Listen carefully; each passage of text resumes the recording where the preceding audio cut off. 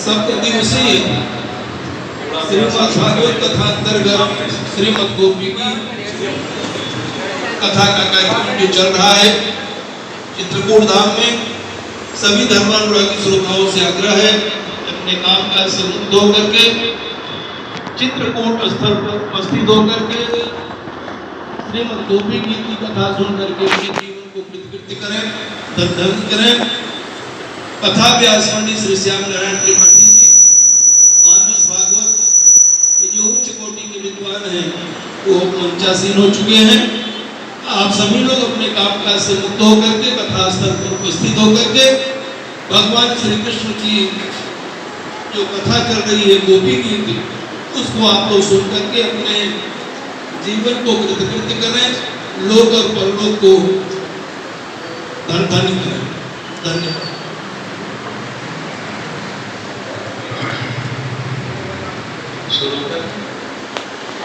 सोचते लोग आप बोले तो लोग आ गए, बैठे रहते सच कर, गुरु जी बोले तो चले। बोलिए प्रेम से भक्तवत्सल भगवान की जय। महावीर बजरंगबली महाराज की जय।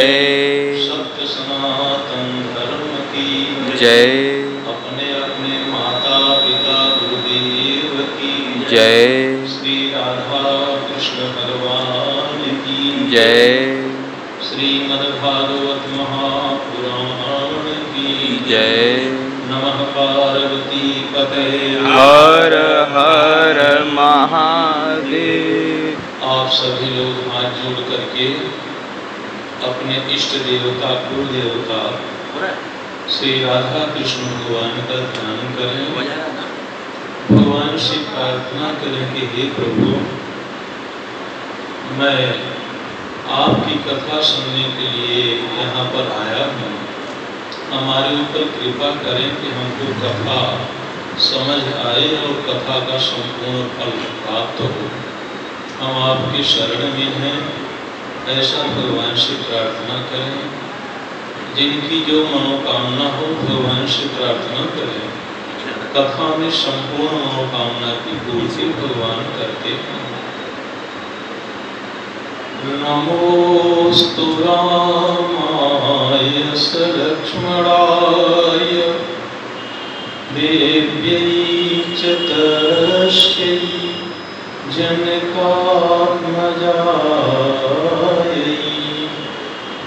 नमोस्तु रुद्रेन्द्र यमानिलेभ्यो नमोस्तु छन्दारिक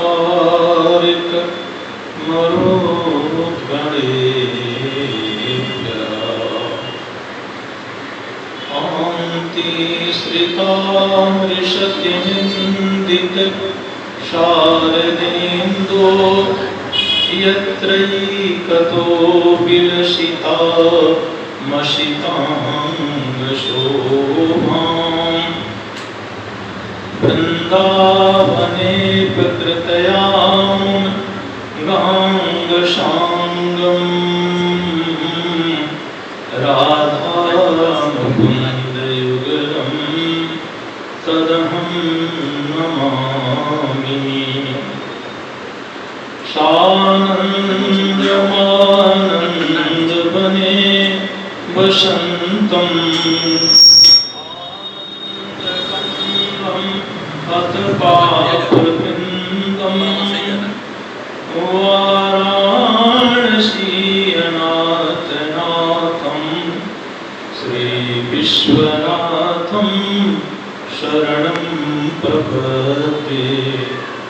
हे काशीनाथं शरणं प्रपद्ये। करते, हे वैद्यनाथं शरणं प्रपद्ये, हे भोलानाथं शरणं प्रपद्ये। ध्याये नित्यं महावीरं वायुसुतं अपराजितं रामभक्तं शिवस्वरूपं दक्षहस्ते गदायश्च वामहस्ते च पर्वतः हृदये जानकी रामो तं वन्दे वायुनन्दनम्, तं वन्दे वायुनन्दनम्। जयन्ती मंगला काली भद्रकाली कपालिनी, दुर्गा क्षमा शिवा धात्री स्वाहा स्वधा नमोस्तुते। नारायणं नमस्कृत्य नरं चैव नरोत्तमं, देवीं सरस्वतीं व्यासं ततो जयमुदीरयेत। विनायकं गुरुं भानुं ब्रह्म विष्णु महेश्वरान्, सरस्वतीं प्रणम्यादो सर्वकामार्थसिद्धये, सर्वधर्मार्थसिद्धये। हेमवर्णमङ्गलकर्ण कलिमलहरण सुजान, क्षेमकर्ण बिनबहु चरण कृपा करहु हनुमान। श्री राधे मोरी स्वामिनी, मैं श्री राधे को दास, जन्म जन्म यह पर मांगूं, चरण कमल में देहु वास। लोग दुख कारण धावहीं, कह नावहि मात, सब अनाथन के नाथ हैं, बाबा विश्वनाथ, बाबा विश्वनाथ। तन भी तेरा मन भी तेरा, तेरा पिंड परान,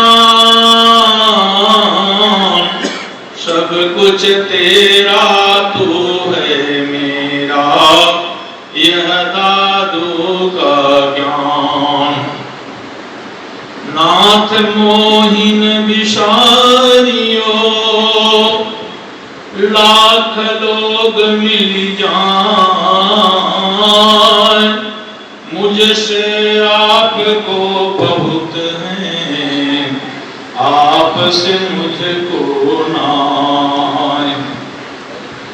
देह विलंबन कीजिए, भजिए राम सुजान,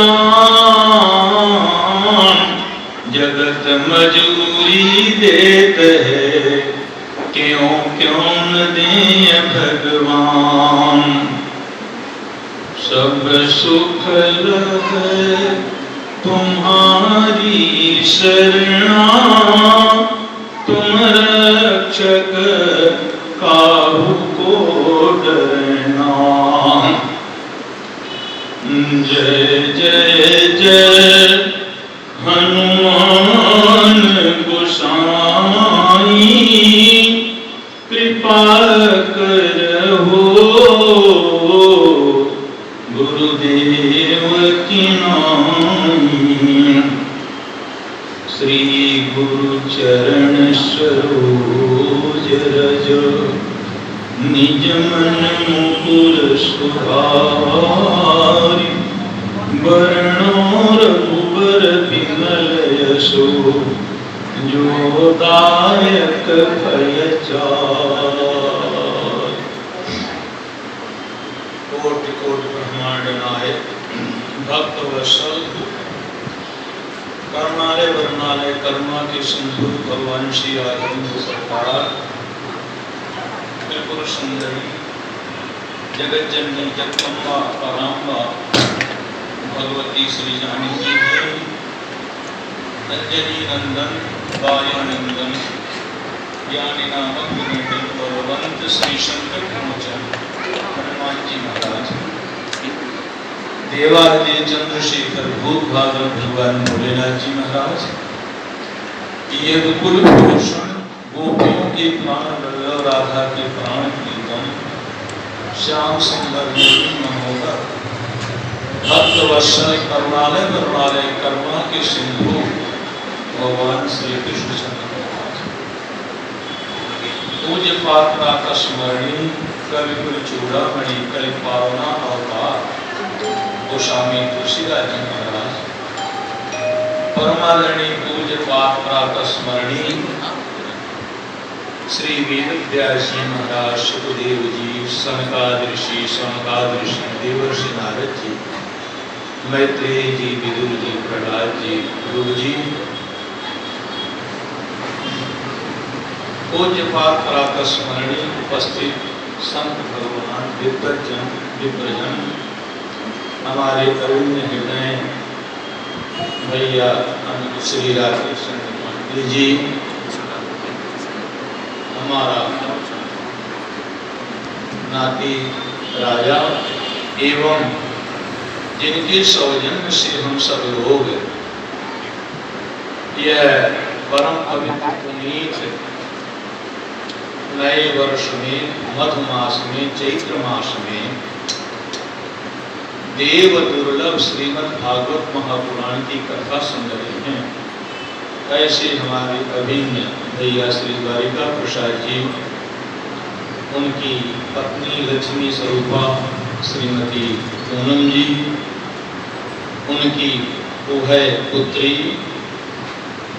रिद्धि श्रद्धा और हमारे पुत्र सदस्य कृपा पात्र अभिनव जी तथा उनके समस्त परिवार के सदस्यजन एवं समस्त काशीवासी क्षेत्रवासी अव्यक्त रूप से प्रत्यक्ष अप्रत्यक्ष रूप से विराजमान 33 करोड़ देवी देवता एवं इस स्थान के देवता बाबा विश्वनाथ जी भगवान आए हम आप सब लोग 2-4 बार उस प्राण प्रीतम परमात्मा प्रभु जी के नाम का संकीर्तन कर रहे हैं। तत्पश्चात श्री हम सब लोग श्रीमद् भागवत महापुराण का जो प्राण है रास पंचाध्यायी श्रीमद् भागवत महापुराण कल मैंने बताया था भगवान श्री कृष्ण का शब्दमय श्री विग्रह है, शरीर है। भागवत ही कृष्ण है और कृष्ण ही भागवत है। उस शरीर में जिसकी कथा हम सुन रहे हैं रास पंचाध्यायी है। ये 5 अध्याय भगवान श्री कृष्ण का आत्मा है, 5 प्राण वायु है। उसकी कथा हम सब लोग सुनेंगे। सभी लोग आनंद में आकर मस्ती में आकर के ताली बजाते हुए कीर्तन करेंगे। बस यही तो बोलना है, गोविंद जय जय गोपाल जय जय गोविंद जय जय गोपाल जय जय गोविंद जय जय गोपाल जय जय गोविंद बोलिए गोपाल जय जय जय राधा रमण हरि गोविंद जय जय राधा रमण हरि गोविंद गोविंद जय जय। जय ब्रह्मा की जय जय विष्णु की जय जय ब्रह्मा की जय जय विष्णु की जय जय। जय उमापति शिव शंकर की जय जय उमापति शिव शंकर की जय जय। जय राधा की जय जय रुक्मिणी की जय जय राधा की जय बोलिए रुक्मिणी की जय। जय मोर मुकुट बंसी वाले की जय जय मोर मुकुट बंसी वाले की जय जय। जय गंगा की जय जय यमुना की जय जय गंगा की जय जय यमुना की जय जय। जय सरस्वती त्रिवेणी की जय जय सरस्वती त्रिवेणी की जय जय। जय राम की जय जय श्याम की जय जय राम की जय जय श्याम की जय जय। जय दशरथ कुंवर चारों भाइयों की जय जय दशरथ कुंवर चारों भाइयों की जय जय। जय कृष्ण बलदेव दोनों भाइयों की जय जय कृष्ण बलदेव दोनों भाइयों की जय जय। जय भरत की जय जय लखन की जय जय भरत की जय जय लखन की जय जय महावीर बजरंग बली की जय जय महावीर बजरंग बली की जय जय। जय महावीर बजरंग बली की जय जय महावीर बजरंग बली की जय जय गोविंद जय जय गोपाल जय जय गोविंद जय जय गोपाल जय जय।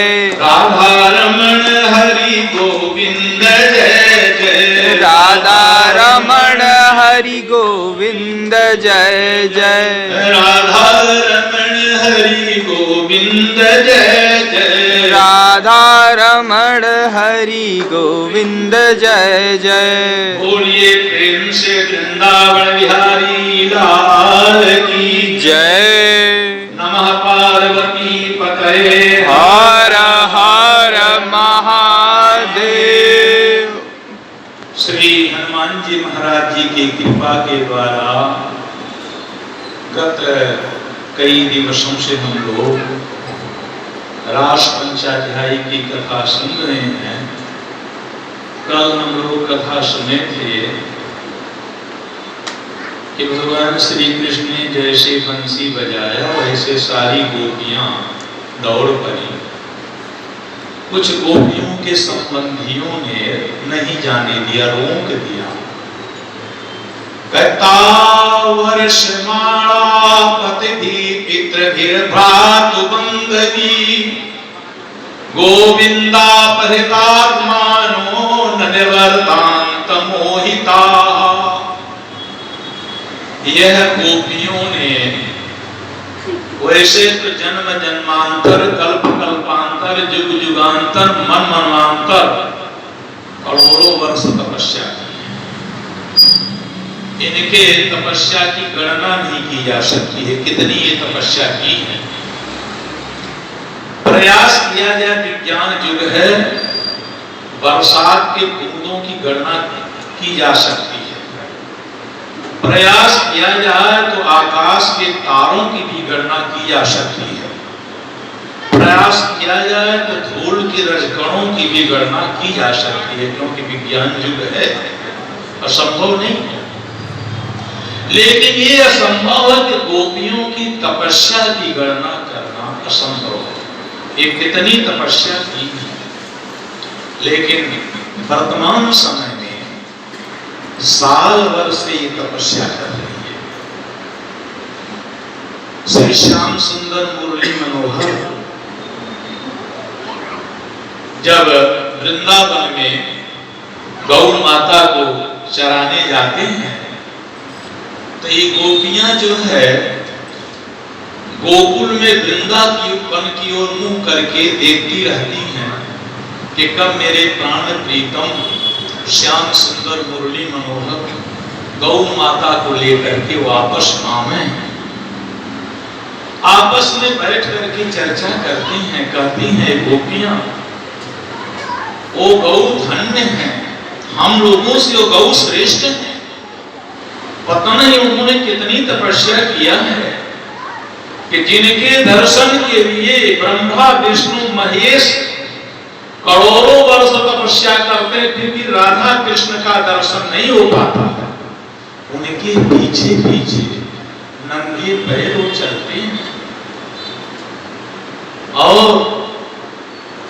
वह जंगल के हिरण मृग पशु पक्षी धन्य हैं जो अपने इन नेत्रों से परमात्मा का दर्शन करते हैं। हमारे प्रभु कितने सुंदर हैं। गोपियां आपस में चर्चा करती हैं। हमारे नन्हे मुन्ने मदन गोपाल कन्हैया बलराम जी के साथ जंगल में गाय चराते हैं। कैसी उनकी झांकी है, गोपियां आपस में चर्चा कर रही हैं। आइए हम लोग भी दोहराएंगे। छोटी छोटी गैया छोटे छोटे ग्वाल, छोटी छोटी गैया छोटे छोटे ग्वाल, छोटो सुमेरो मदन गोपाल, छोटो सुमेरो मदन गोपाल। क्या भाव है, क्या प्रेम है। आप देखें छोटो बच्चों में जितना प्यार प्रेम होता है उतना वही बेटा अगर 22 वर्ष का हो जाए, 30 वर्ष का हो जाए तो माँ का प्रेम तो होता है, लेकिन अपने उस बेटे को माँ नहलाएगी नहीं, वस्त्र नहीं फैलाएगी पहनाएगी और अपने हाथ से उसको भोजन नहीं कराएगी। लेकिन यहाँ तो छोटी छोटी गैया छोटे छोटे ग्वाल, छोटी छोटी गैया छोटे छोटे ग्वाल, छोटो सुमेरो मदन गोपाल, छोटो सुमेरो मदन गोपाल। काखा में गैया काखा में ग्वाला, काखा में गैया काखा में ग्वाला, काखा में मेरो मदन गोपाल, काखा में मेरो मदन गोपाल। घास खावे गैया दूध पीवे ग्वाला, घास खावे गैया दूध पीवे ग्वाला, माखन खावे मेरो मदन गोपाल, माखन खावे मेरो मदन गोपाल। छोटी छोटी सखियां मधुबन बाग, छोटी छोटी सखियां मधुबन बाग, रास रचावे मेरो मदन गोपाल, रास रचावे मेरो मदन गोपाल। झांकी कैसी है, आगे आगे गैया पीछे पीछे ग्वाल, आगे आगे गैया पीछे पीछे ग्वाल, अरे बीच बीच में मेरो मदन गोपाल, बीच बीच में मेरो मदन गोपाल। काली काली गैया गोरे गोरे ग्वाल, काली काली गैया गोरे गोरे ग्वाल, श्याम वर्ण को मेरो मदन गोपाल, श्याम वर्ण को मदन गोपाल। छोटी छोटी गैया छोटे छोटे ग्वाल, छोटी छोटी गैया छोटे छोटे ग्वाल, छोटो सो मेरो मदन गोपाल, छोटो सो मेरो मदन गोपाल। साल भर की ये जब श्री श्याम सुंदर मुरली मनोहर वृंदावन से गौ माता को लेकर 4 बजे शाम को आते थे, तो सारी गोपियां अपने घर का काम धंधा छोड़ करके, हालांकि माताओं को बहुत काम होता है, माताओं को क्या काम से किसी को फुर्सत नहीं है, क्योंकि गृह कारज नाना जंजाला, अति दुर्गम शैल विशाला। ये गृहस्थी जंजाला है, जंजाल हो तो छुट्टी भी मिल जाए, लेकिन जंजाला है।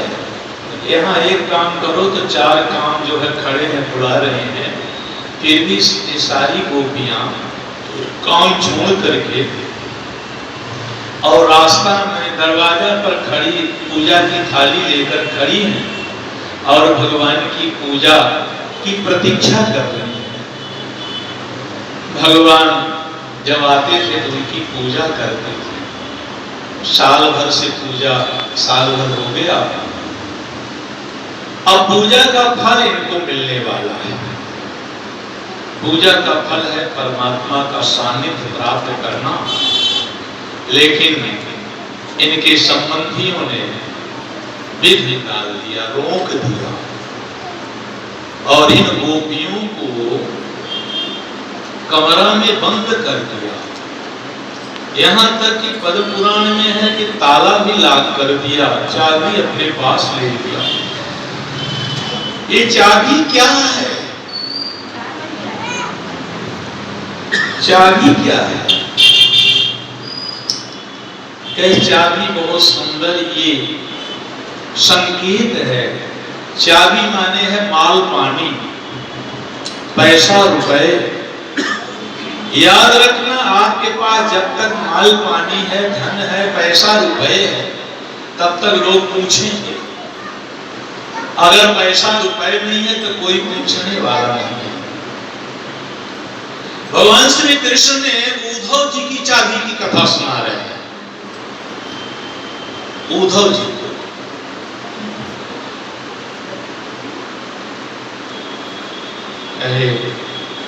पुष्कर में देखिए, तीर्थों के राजा है प्रयागराज, तीर्थों के गुरु है पुष्कर राज। पुष्कर राज तीर्थों के गुरु।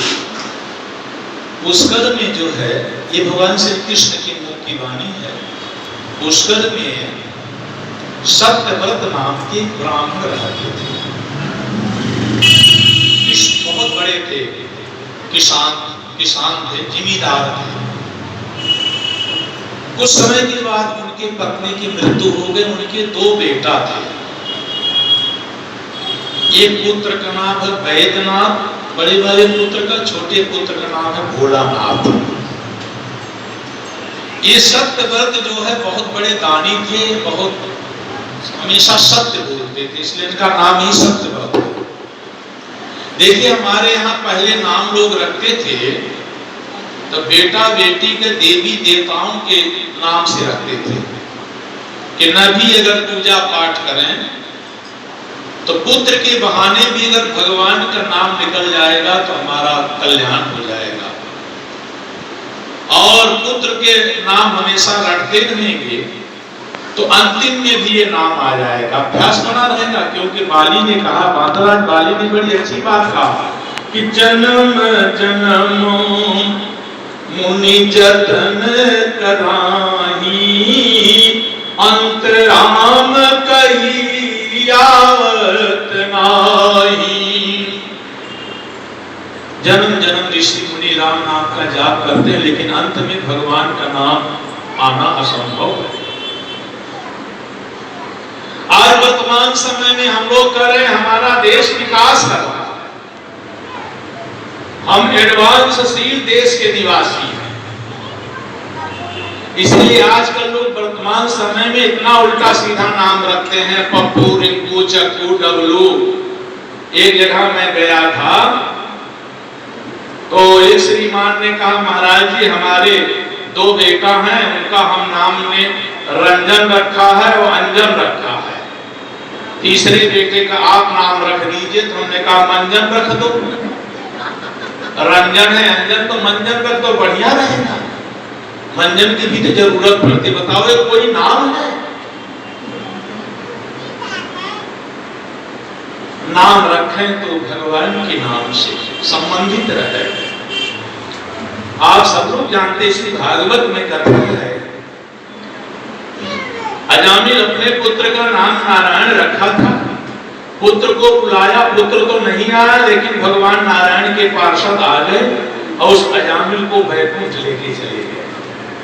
जबकि जीवन पर्यंत तो पाप किया था, विवाहित पत्नी का परित्याग किया, कर नाम अजामिल से खल तारण तारण वारण वार बधू को, नाम हरे प्रहलाद विषाद पिता भैसा सती सागर सुको, नाम प्रताप बड़े कुसमाज बजाई रही पतु पांडु बधू को, अता को भलो अजमु तुलसी जहि प्रीति प्रतीति आकर दूको।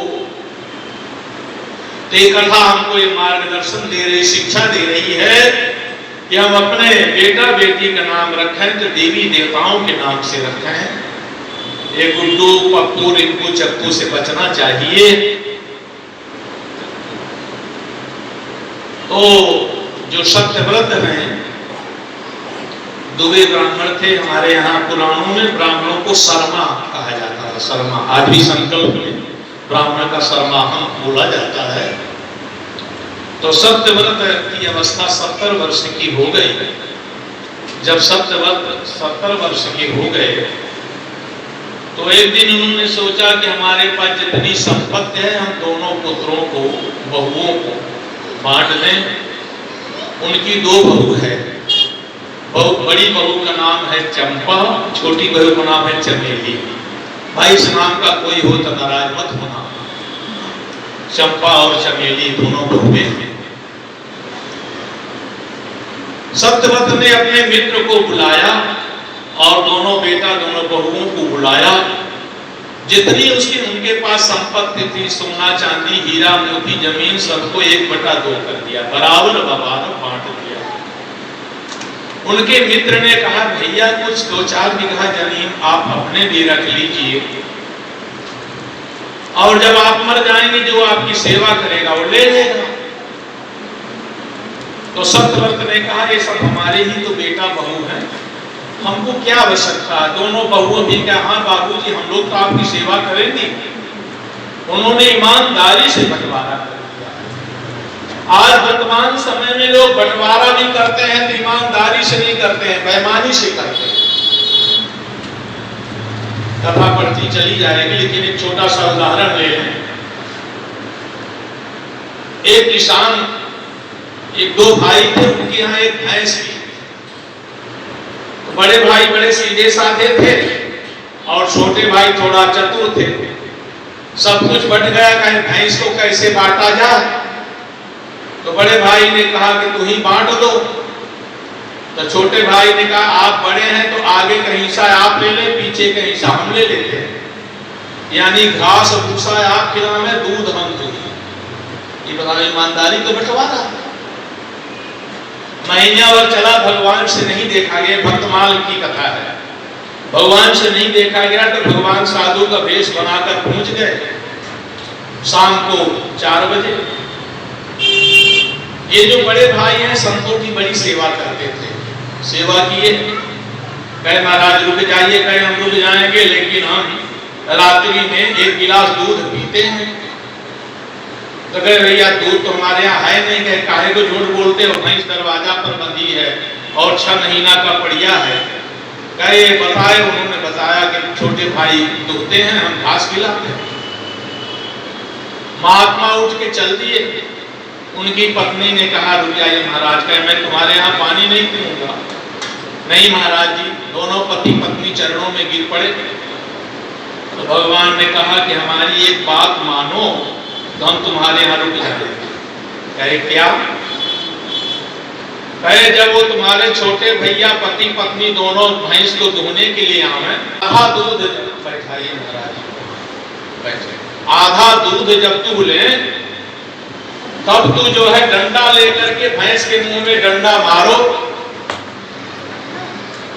अगर वो कुछ कहे तो कह दो भाई हम आगे मार रहे हैं, पीछे तो मार नहीं रहे हैं।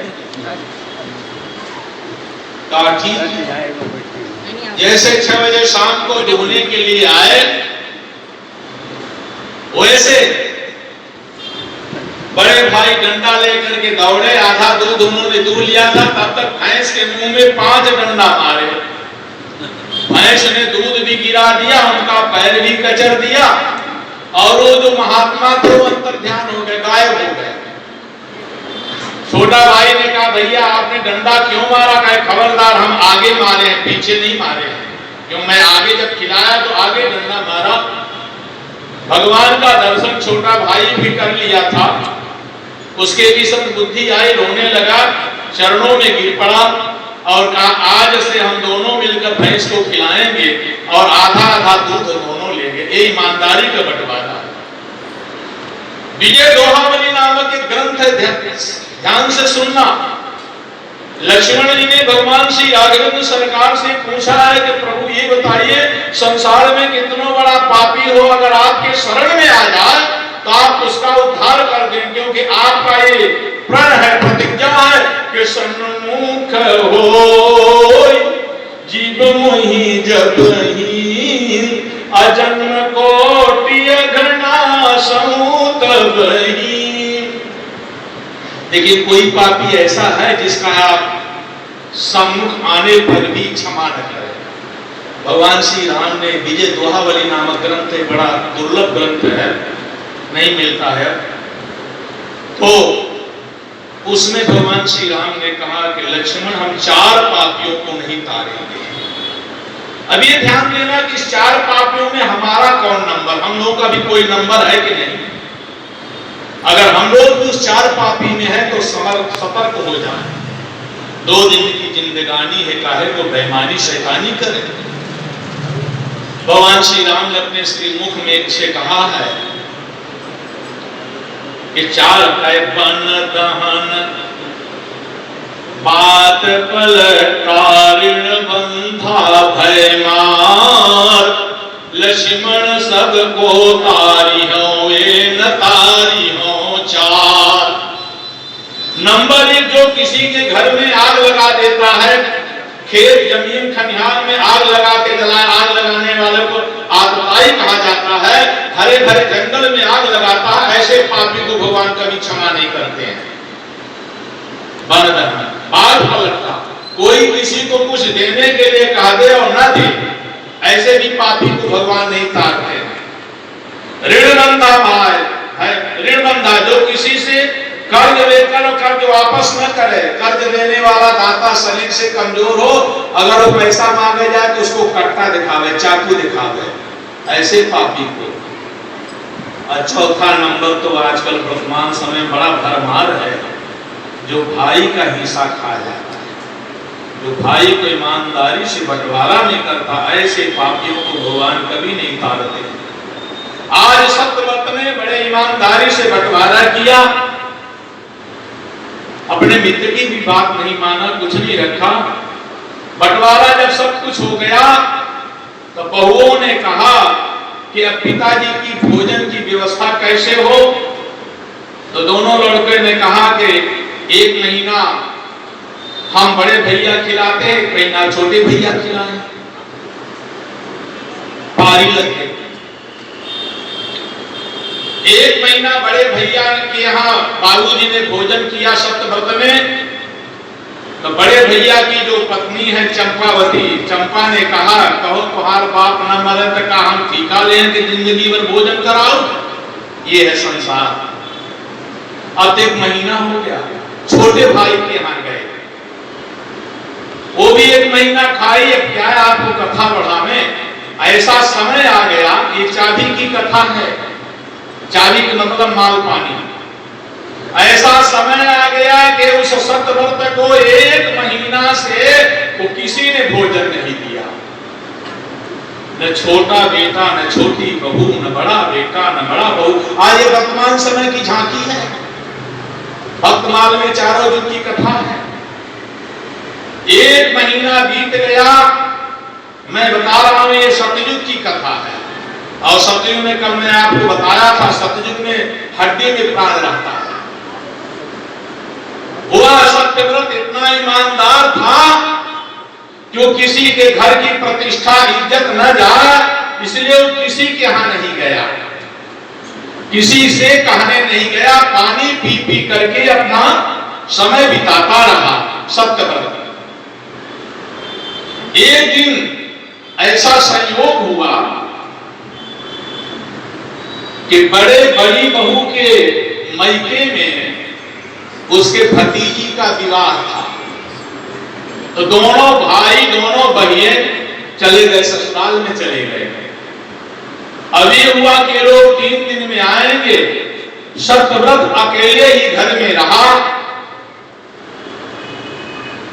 आज ये हुआ कि वे लोग 3 दिन में आएंगे। सत्यव्रत जो है लड्डू गोपाल भगवान की पूजा करते थे। अपने रूम में सिंहासन में लड्डू गोपाल जी को बैठाए थे। उनके सामने रोते हुए उन्होंने प्रार्थना किया कि हे प्रभु, आज तक मैंने जीवन में कभी असत्य नहीं बोला, कभी अन्याय नहीं किया। गांव में अगल बगल पड़ोस के गांवों में कहीं पर भी कोई झगड़ा होता था तो लोग पंचायत के लिए हमको बुलाते थे, क्योंकि लोग 3 जगह इकट्ठा होते, पंच में, लंच में और मंच में। 3 जगह लोग इकट्ठा होते हैं। पहले होते रहे पंच में, जहां पंचायत हो वहां लोग इकट्ठा होते थे देखने के लिए, और मंच में जहां नेताओं का भाषण हुआ, और लंच माने तो सब इकट्ठा होते ही है भोजन में। पंच में, लंच में, मंच में 3 जगह लोग इकट्ठे होते हैं। तो मैंने कभी अन्याय नहीं किया, आप हमारे ऊपर कृपा करिए। सत्यव्रत नेत्रों में आंसू। ध्यान देना सज्जनों, परमात्मा में एक कमजोरी है, और आप किसी व्यक्ति की कमजोरी जान जाए तो आपके बस में रहेगा, आपके बस में रहेगा। अगर वो कुछ इधर उधर करे, उसको याद दिया तो भैया मैं आपको वहां वाला पोल खोल दूंगा, इलाहाबाद वाला पोल मैं खोल दूंगा, तो फिर अच्छा जाने दो, ठीक है। अरे हमारे आप में क्या अंतर है? तो भगवान में केवल एक कमजोरी है, और उस कमजोरी को भक्त लोग जानते हैं, दूसरा कोई नहीं जानता। क्या कमजोरी है? भगवान किसी के नेत्र की आंसू नहीं देख सकते, सब कुछ सहन कर सकते हैं, लेकिन आंसू नहीं देख सकते। संत ज्ञानेश्वर और संत तुकाराम जी महाराज ये दोनों जा रहे थे, जंगल में पहुंचे। पहले नल वगैरह नहीं था, जंगलों में भी कुआं मिलता था, तो लोग जब जाते रहे आज से 40 वर्ष पहले, तो लोटा और रस्सी लेकर के चलते थे, लोटा रस्सी डोरी लेकर के चलते थे। संयोग था आज दोनों संत के पास लोटा डोरी नहीं है, घोर जंगल में भुला गए, प्यास लग गई। अब मैं आपको बता रहा हूं परमात्मा की कमजोरी क्या है। प्यास से व्याकुल है, जेठ का महीना था, दिन में 1 बज रहा था, जंगल में कुआं दिखाई दिया। कुआं तो है लेकिन डोरी और बाल्टी लोटा नहीं है, कैसे पानी पिया जाए? संत ज्ञानेश्वर ने कहा हम तो पी लेंगे। संत ज्ञानेश्वर बहुत बड़े योगी थे, उन्होंने योग के द्वारा छोटा रूप धारण किया, कुआं के अंदर गए, पानी पी के बाहर निकल आए। लेकिन संत तुकाराम योग नहीं जानते थे, लेकिन भगवान के अनन्य भक्त थे। ये संत तुकाराम वही है जिनको कुत्ता में परमात्मा का दर्शन हुआ था। संत ज्ञानेश्वर ने कहा तुम्हारा जीवन व्यर्थ है, 70 वर्ष के हो गए हो, तुम पानी नहीं पी सकते, मर जाओगे। संत तुकाराम कुआं के तट में गए और झांकने लगे। मरे ही न प्रभु श्री श्याम सुंदर मुरली मनोहर कन्हैया से, राधा कृष्ण से प्रार्थना किया कि प्रभु क्या आज मैं भूखे प्यासे मर जाऊंगा? आपने सबका उद्धार किया, हमारा कल्याण नहीं करे। अरे कैसे के गणिका के अब गुण गिनो नाथ, कैसे भीलनी के घर जाय बैर खायो है, कैसे सुदामा के क्षण में दारिद्र हरो, कैसे के उग्रसेन को बंदी के छुड़ायो है, कैसे खंभ फार प्रहलाद को बचायो, कैसे के गजकाज नंगे पद धायो है। मेरी बेरे देर कान मुदिर है नाथ, अदीन बंधु दीनानाथ कैसे के कहायो है। इतना कहते ही तुकाराम जी महाराज के नेत्र से एक बूंद आंसू कुआं में गिरा सका, कुआं का पानी ऊपर आ गया। कुआं का पानी ऊपर आके चारों तरफ बहने लगा।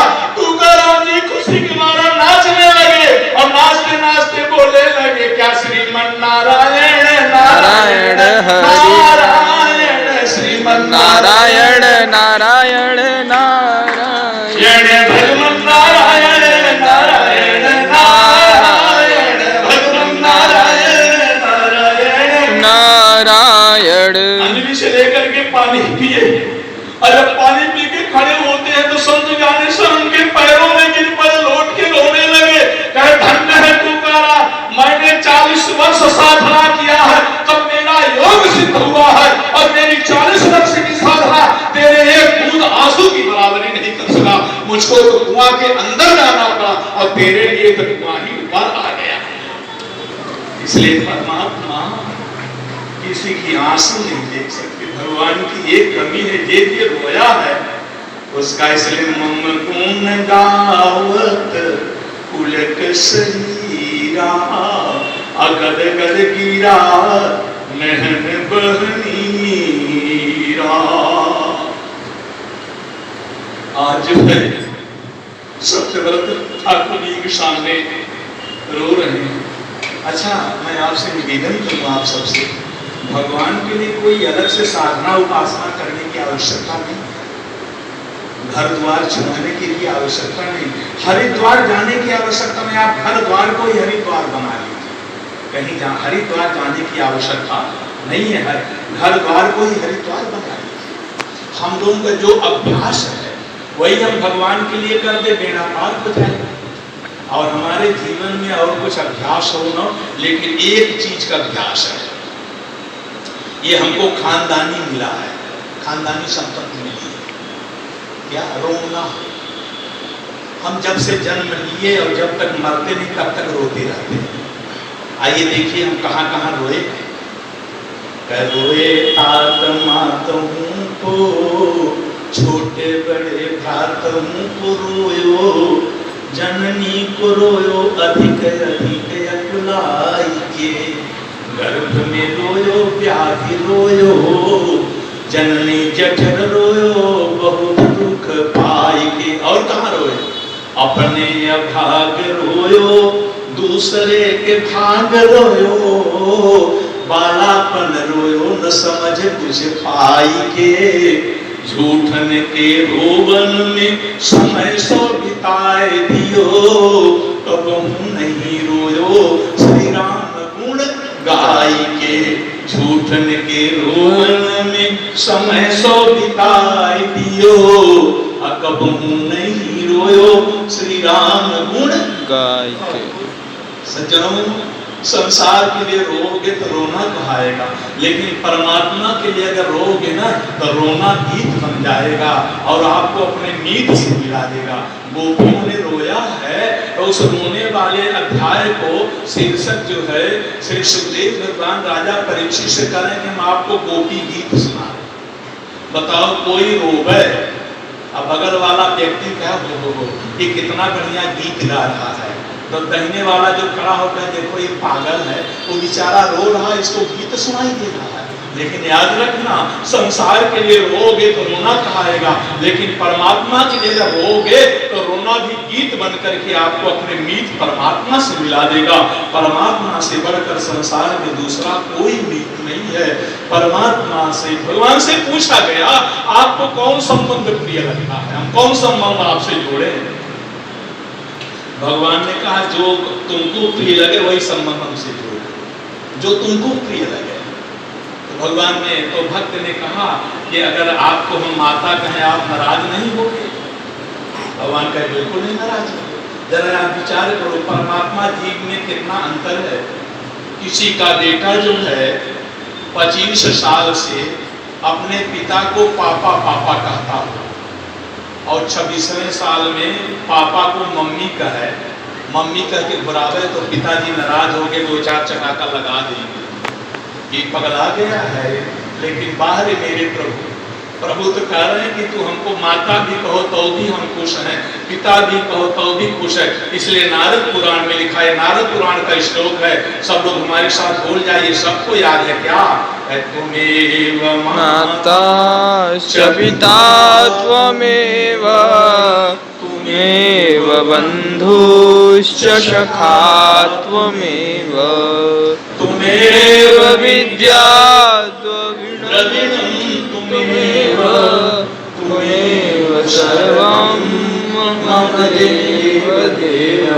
श्री यमुनाचार्य महाराज ने भी आलाकंद स्तोत्र में कहा है कि माता पिता जुगतयस्तन आविभूति सर्वं जदेव नियमेन मदन्वयानाम् आदर्शनः कुलपतेर्बकुलाभिरामं श्रीमत्तदन्त्रिजुगलं प्रणमामि मूर्धं।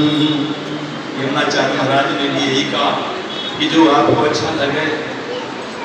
आज जो है सतव्रत नेत्रों में आंसू भर करके और रोते हुए भगवान से कह रहा है, आप सब लोग दोहराइए, सतव्रत का सहयोग करिए। सभी लोग बोलेंगे, आप आए नहीं और सुबह हो गई, आप आए नहीं और सुबह हो गई।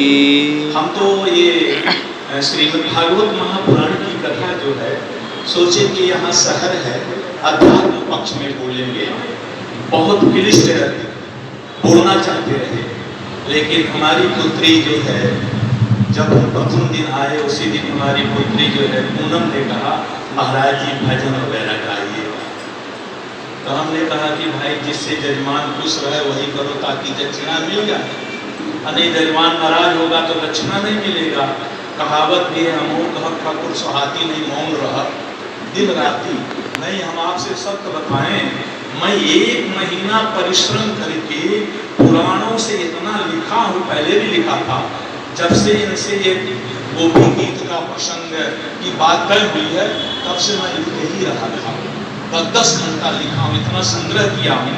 लेकिन हमारी पुत्री ने कहा भजन को हम कहे चलो भाई ऐसे। तो आइए देखिए, आज जो है सुब्रत ने भगवान से प्रार्थना किया, रात भर जागते रह गया। भगवान सूर्य निकलने वाले हैं, रात भर रोता रह गया।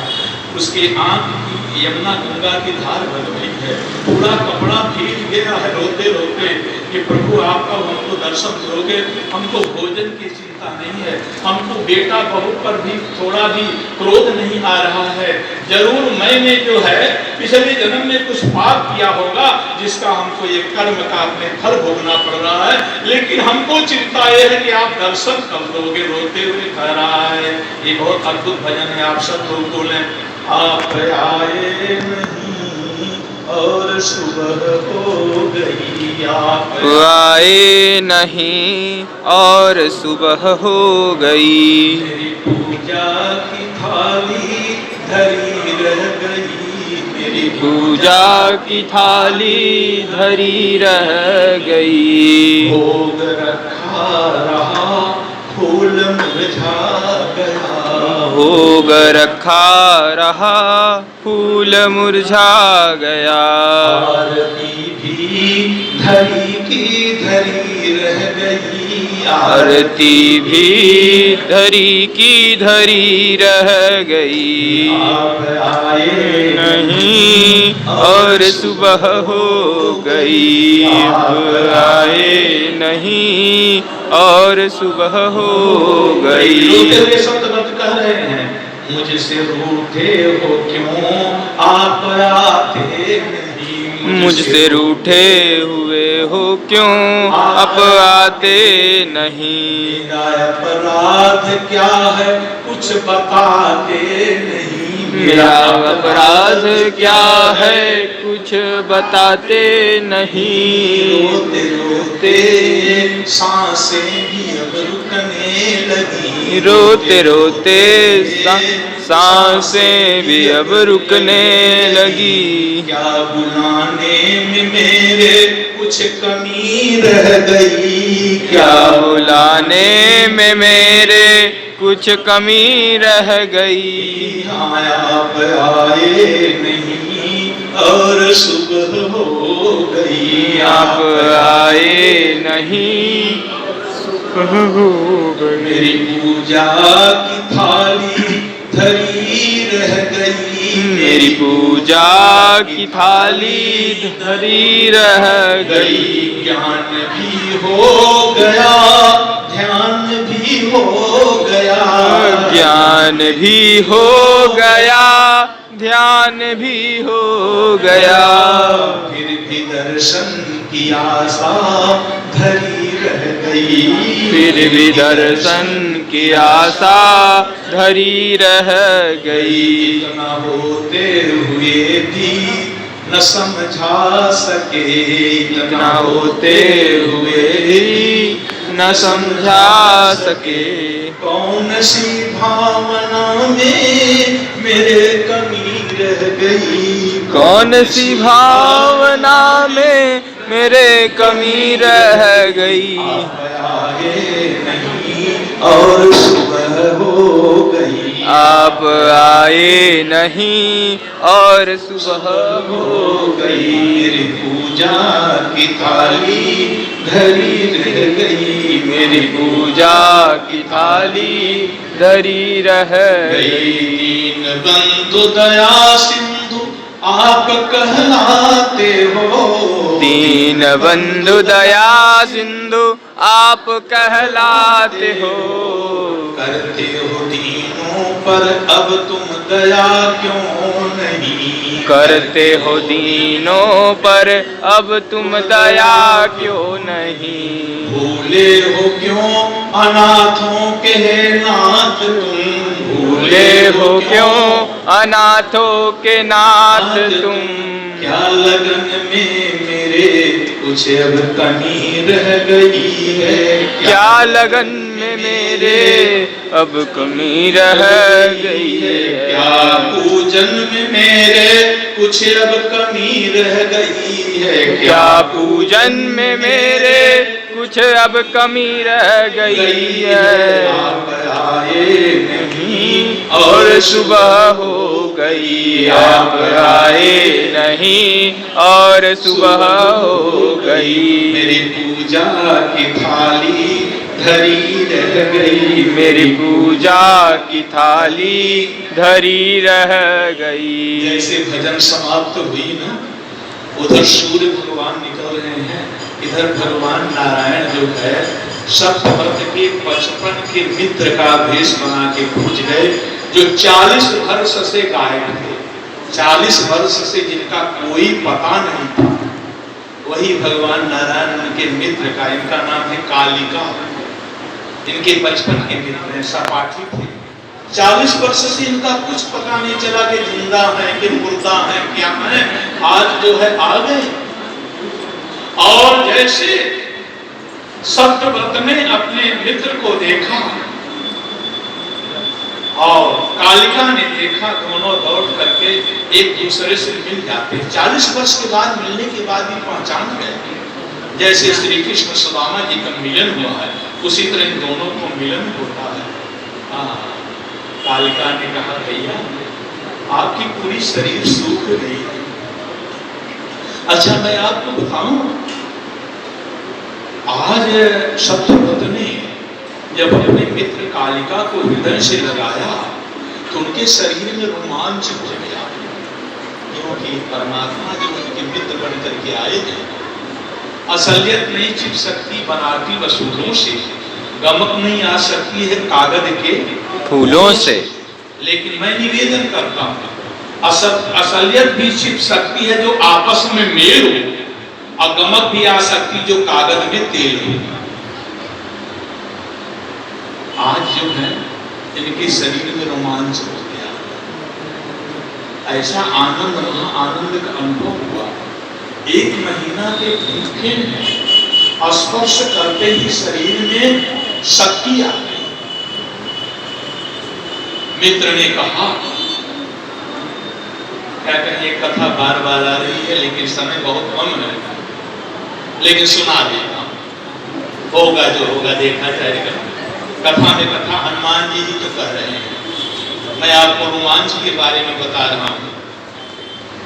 भगवान वामन जब नर्मदा नदी के तट में पहुंचे तो गौरव नाम का एक महात्मा जो है तपस्या कर रहा था। गौरव नाम का महात्मा, भागवत की ही कथा है।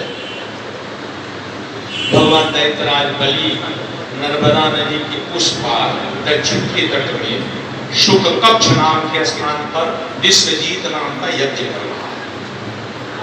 भगवान को वहां जाना है तो नर्मदा नदी को पार करना है। वामन भगवान, वामन अंगुल का इनका शरीर है, बहुत छोटा शरीर है, बड़े बड़े उतराए हुए बाल हैं, मुंह जो है सोने कैसे चमक रहा है, आंख बड़ी बड़ी है, कमल के फूल कैसे खिला हुआ है, पूरी शरीर कमलवत है।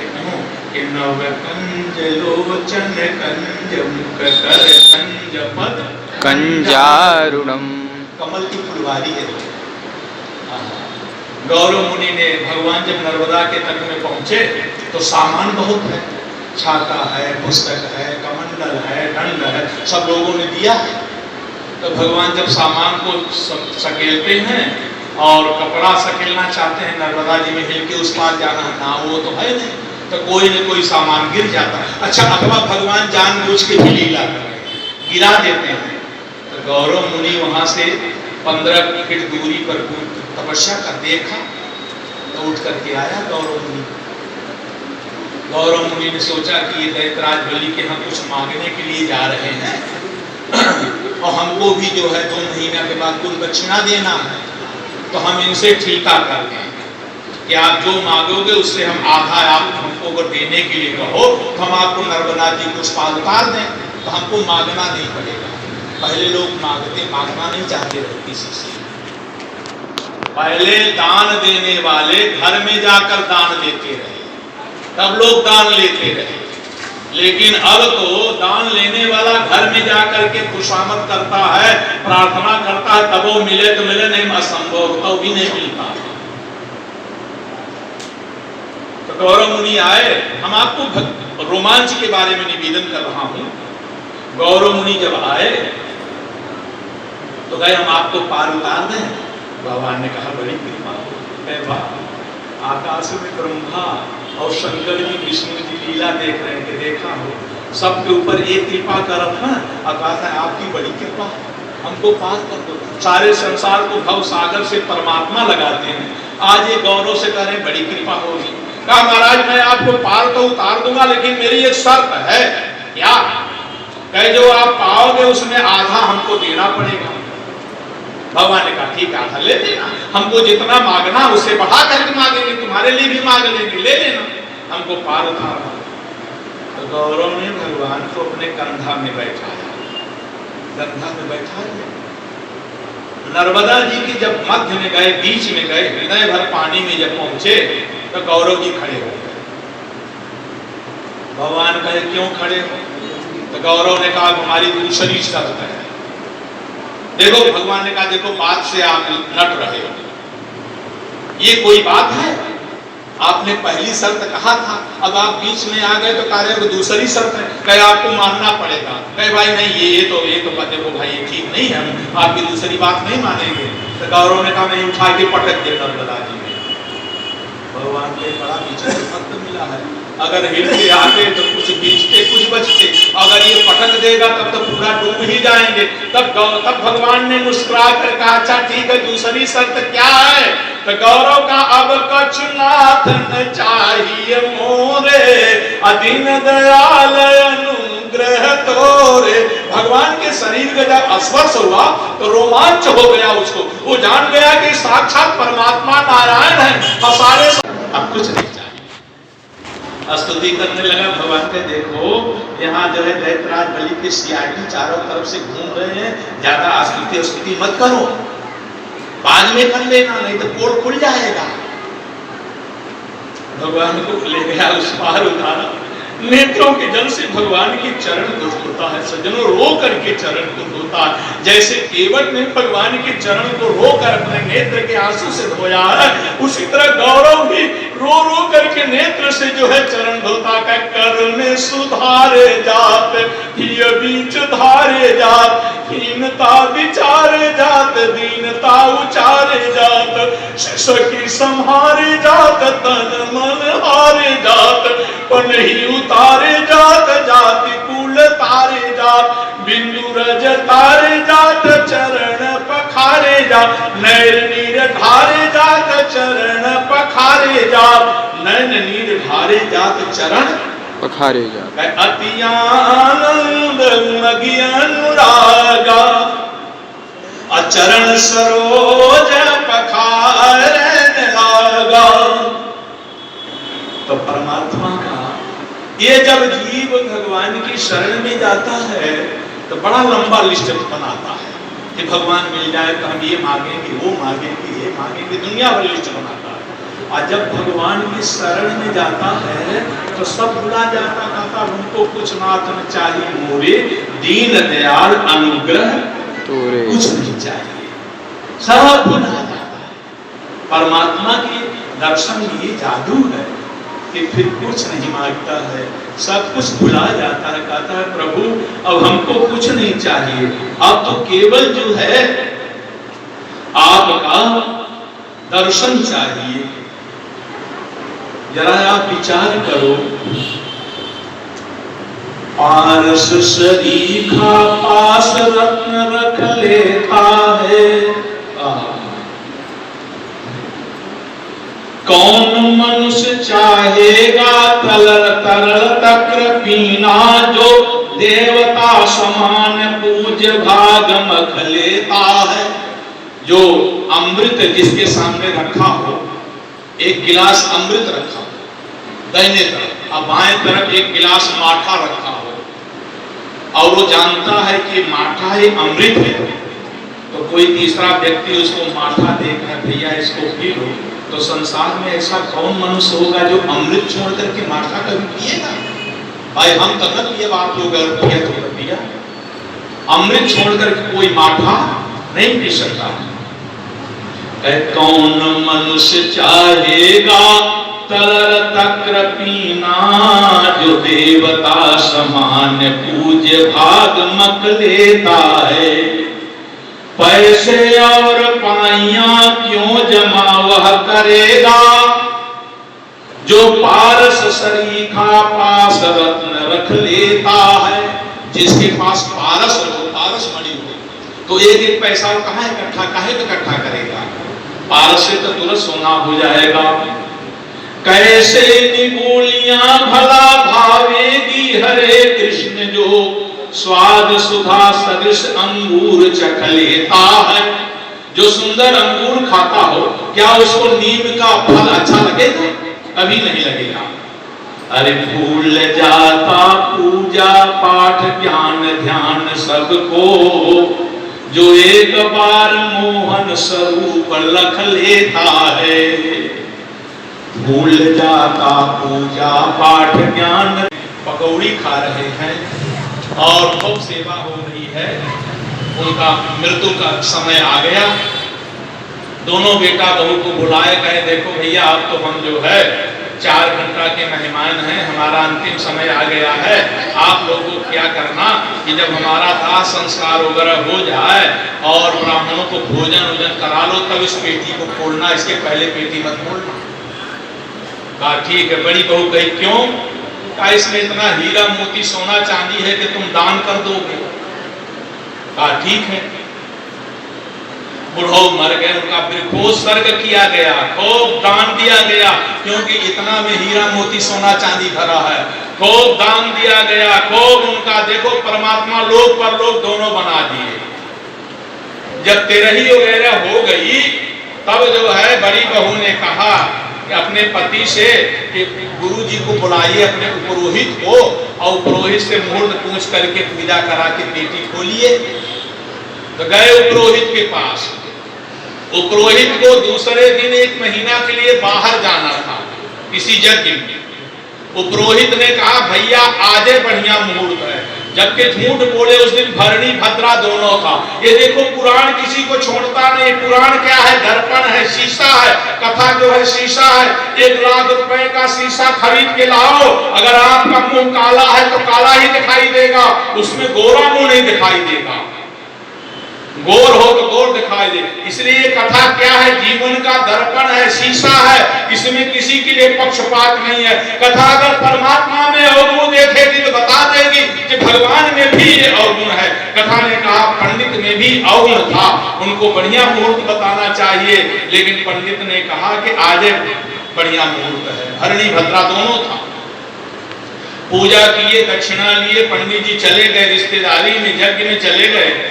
दोनों चारों पति पत्नी उस संदूक को प्रणाम किए, हे लक्ष्मी माता खूब फल। अब जब संदूक को खोलते हैं तो जैसे ऊपर का पल्ला खोले तो उसमें मखमल का चद्दर बिछा हुआ था, और जब चद्दर को हटाते हैं सज्जनों तो उसमें ईंटा और पत्थर था, कलियाया हुआ ईंटा और पत्थर। आदम के जमाने का पत्थर रखा था। 1 ग्राम भी न सोना मिला न चांदी मिला, दोनों थक के लस्त हो गए चारों।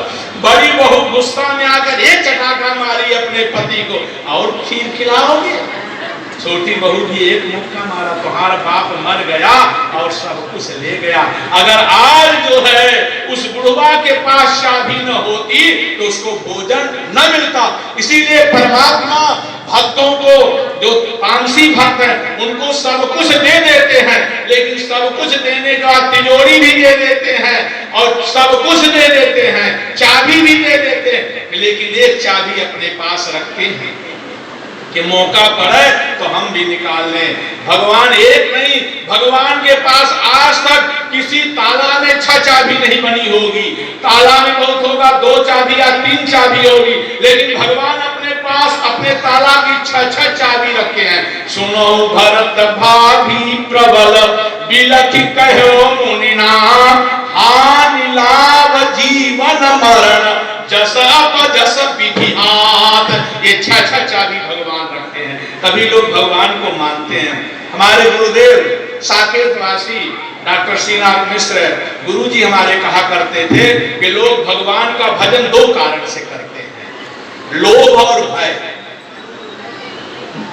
कुछ लोग भगवान का भजन करते हैं कि हम भजन करेंगे तो हमको रुपए पैसा धन मिलेगा, हमारे दुकान में फैक्ट्री में बरकत होगी, वृद्धि होगी, लक्ष्मी जी हमारे यहाँ वास करेंगी, लोभ से करते हैं।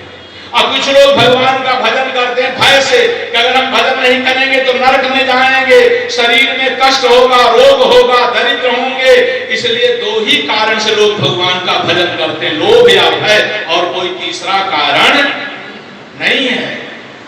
आज जो है ये कथा जो है आपको बता रही है कि चाबी का मतलब माल पानी। अगर माल पानी रहेगा तो परिवार वाले आपकी सेवा करेंगे, पूजा करेंगे।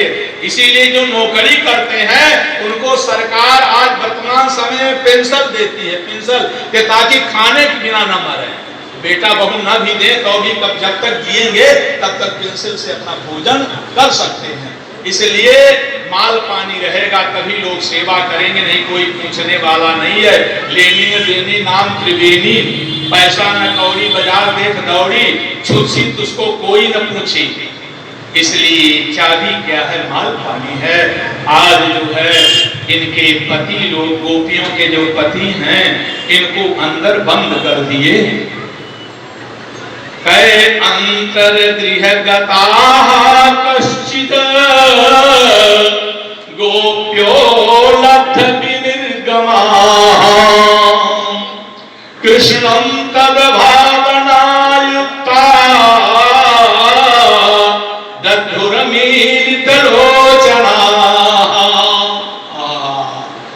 बढ़िया ये श्लोक है, बहुत अच्छा शब्द है। भगवान सुखदेव जी कह रहे हैं कि राजा पक्षी से कि हे राजन, जो गोपियां कमरा के अंदर बंद हैं, वो जो है ध्यान लगा करके पद्मासन पलथी मार के बैठ गई और ध्यान लगाती हैं, ध्यान लगा करके उस परमात्मा का निवेदन करती हैं, प्रार्थना करती हैं कि हे प्रभु, क्या हमको आपका दर्शन नहीं होगा? क्या हमारी पूजा व्यर्थ चली जाएगी? मैं आपसे निवेदन करूं, किया हुआ पूजा, दिया हुआ दान व्यर्थ नहीं जाता है, समय आने पर मिलता है। जो आप पूजा किए हैं, समय आएगा आपको मिलेगा, और जो आप दान दिए हैं, वो दान भी आपका व्यर्थ नहीं जाएगा, समय आने पर मिलेगा। सज्जनों, इसलिए सूत्र है, किया हुआ पूजा, दिया हुआ दान ये कभी व्यर्थ नहीं जाता है, समय आने पर मिलेगा। गोपियों ने नेत्र बंद करके उस परमात्मा के सुंदर झांकी का ध्यान किया और ध्यान करके रोने लगी कि प्रभु, क्या आपको दर्शन नहीं होगा? भगवान सुखदेव जी रोने लगे। यहाँ पर सुखदेव जी रोते हैं, क्यों? जो सुखदेव जी कभी रोए नहीं, लेकिन आज सुखदेव जी के नेत्रों में आंसू आ गया। भगवान सुखदेव जी रोते हुए परीक्षित से कहते हैं कि जब गोपियों के आंख में आंसू आया और ध्यान करने लगी, उस समय बड़ी विचित्र घटना हुई। क्या हुआ? दुसह प्रेष्ठ विरह तीव्रताप दुदुता सुभा ध्यान प्राप्त च्युताश्लेषा निवृत्त क्षीर मंगला। वहीं पर भगवान श्री कृष्ण प्रकट हो गए। गोपियों के कमरा के अंदर भगवान श्री कृष्ण प्रकट हो गए। बोलिए आनंद कंद भगवान की जय, यशोदानंदन भगवान की जय, कृष्ण भगवान की जय, राधा प्राण वल्लभ भगवान की जय। गोपियों के सामने ही भगवान अंदर कमरा के अंदर प्रकट हो गए। आज सुखदेव जी रोने लगे कि देखो हमारे प्रभु कितने दयालु, कितने कृपालु हैं। क्यों कहते हो घनश्याम आते नहीं, तुम उन्हें प्रेम से बुलाते नहीं। काहे तुम भगवान में कलंक लगाते हो? क्यों ये कहते हो घनश्याम आते नहीं, तुम उन्हें प्रेम से बुलाते नहीं। क्यों कहते हो घनश्याम कुछ खाते नहीं, तुम उन्हें भीलनी के भाव खिलाते नहीं। क्यों कहते हो घनश्याम लज्जा बचाते नहीं। क्यों कहते हो घनश्याम लज्जा बचाते नहीं, तुम द्रौपदी कैसे विनय सुनाते नहीं हो। तुम द्रौपदी कैसे विनय सुनाते नहीं हो। क्यों कहते हो घनश्याम गीता सुनाते नहीं, तुम पाठ सी धारणा बनाते नहीं। क्यों ये कहते हो घनश्याम गीता सुनाते नहीं, तुम पाठ सी धारणा बनाते नहीं। नेत्रों में आंसू भर के जरा भगवान को पुकारो। आप लोगों से मैं निवेदन करूं, आपको मंदिर में प्रायः खड़ी मूर्ति मिलेगी। किसी भी मंदिर में आप जाइए तो हम तो निवेदन करते हैं कि लगभग 80% खड़ी मूर्ति भगवान की मिलेगी मंदिर में। 20-25% बैठी हो लेटी हुई, लेकिन 80% खड़ी मूर्ति मंदिर में आपको मिलेगी। अगर आपको न विश्वास हो, हमारे पूनम बिटिया के ऊपर भी मंदिर है, देख लें। राधा कृष्ण भी खड़े हैं और राम लक्ष्मण सीता भी खड़े हैं, खड़ी मूर्ति। एक भक्त ने पूछा कि आप खड़े क्यों रहते हैं? आप खड़े क्यों रहते हो? बैठते क्यों नहीं, लेटते क्यों नहीं? भगवान ने बड़ी अच्छी बात कहा। क्या कहा कि भक्तों के लिए मैं खड़ा हूँ। कि भक्त हमको पुकारे तो खड़े रहेंगे तो तुरंत दौड़ पड़ेंगे, और अगर लेटे रहेंगे तो उठेंगे, बैठेंगे, फिर खड़ा होंगे और तब दौड़ेंगे। इसलिए जो है हम भक्तों के लिए हमेशा खड़े रहते हैं, बस भक्तों की पुकारने की देरी है, हमारे दौड़ने में देरी नहीं है। अंतर जामी उते बड़े बाहिर जामी, जो राम नाम लिए थे धावत थे नाइले भाई, जो बालक बोलनी कान किए थे। पैज परे प्रहलाद को, प्रहलाद ने जैसे भगवान को पुकारा वैसे भगवान एक क्षण में प्रकट हो गए, पत्थर से भगवान प्रकट हो गए और तभी से लोगों ने पत्थर की मूर्ति का पूजा करना शुरू किया। ये पत्थर के मूर्ति का पूजा का दिन प्रहलाद जी का है। काड़ी कृपान कृपान कहूं, पितु काल कराल बिलो की न भागे, राम कहाँ सब ठाव खंड में हाथ सुनी के हरी जागे। अबरी बिलारी भय विकराल, कहे प्रहलाद ही के अनुरागे। अप्रीति प्रतीति बढ़ी तुलसी, तब ते सब पाहन पूजन लागे। प्रीति प्रतीति बढ़ी तुलसी, तब ते सब पाहन पूजन लागे। ये पत्थर की पूजा के दिन श्री प्रहलाद जी महाराज की है। तो भगवान जो है गोपियों के सामने प्रकट हो गए। आज परमात्मा से गोपियां लपट गई और ये गोपियां भगवान को नहीं छोड़ना चाहते हैं, भगवान गोपियों को नहीं छोड़ना चाहते, तो फिर हम क्यों छुड़ाएं? आगे की कथा इस प्रसंग की हम लोग कल सुनेंगे। आए आज हम लोग दूसरी कथा की ओर चलते हैं, क्योंकि जब तक यह कथा नहीं सुनेंगे तब तक जो है गोपी गीत के सुनने के हम अधिकारी नहीं होंगे।